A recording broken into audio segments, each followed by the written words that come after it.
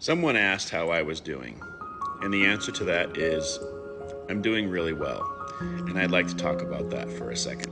The process of family court and dealing with child custody is a heavy one. As I mentioned in a previous video, it's soul-sucking and peace-robbing. I used to sit at my kitchen table and stare off into space, and I would lose track of time.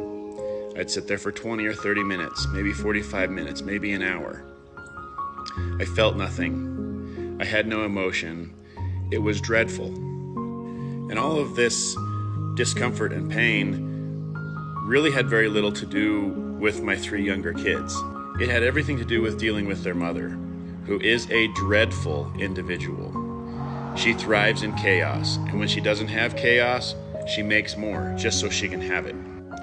I lived with the daily thought that at any moment, my local sheriff's department was going to pull in my driveway again and deliver me a new round of senseless and meaningless court documents. Having law enforcement serve me paperwork was a regular occurrence that I absolutely hated because I knew that that was going to be more money wasted on an attorney. I knew that was going to be more energy distracting me from building my business and loving my fiance and focusing on my older kids. So how are things now? Well, my life is better. There's a lot less stress. I am picking up old hobbies that I stopped loving. I'm healthier than I believe I ever have been as an adult. Life has meaning again. There's not a heavy weight laying on my shoulders all the time. Has my ex-wife stopped with her shenanigans? No.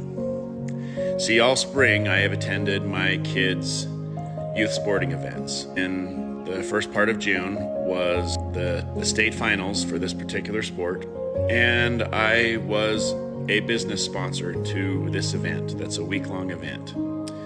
So I showed up on the first day to be able to fulfill with my responsibilities that I had been assigned to volunteer to help out. And I was met with their local county sheriff's deputies with service of a protective order. The protective order claimed that I had been stalking my kids all spring by attending their sporting events. They also claimed that because I am now wearing a body camera, that escalated the tension. And she claimed that my video recording of the public sporting events was stalking. And she claims it made the kids feel like they were being surveilled. She also complained that when my kids did well at these events, I cheered and clapped and whistled, just like every other parent would do for anyone's kid that did well. Now I can do another video on the result of that protective order and the court hearing that we had as a result of it. But suffice to say that she has not finished with her shenanigans. She's still doing her best to drum up problems. She's still doing her best to create chaos. Am I going to stop being a business sponsor to these sporting events? Absolutely not. I am a huge supporter of the sport of rodeo in my area. I work on a lot of horses in my business.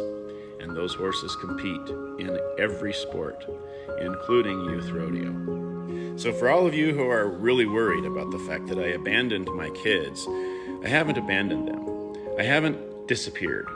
I'm still there. They hate the fact that I'm there because their mom and replacement dad still act like fools, complete assholes.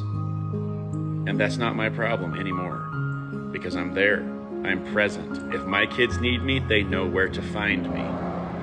My business name and my phone number is hung on the fence of the arenas where they compete, and they will continue to be there.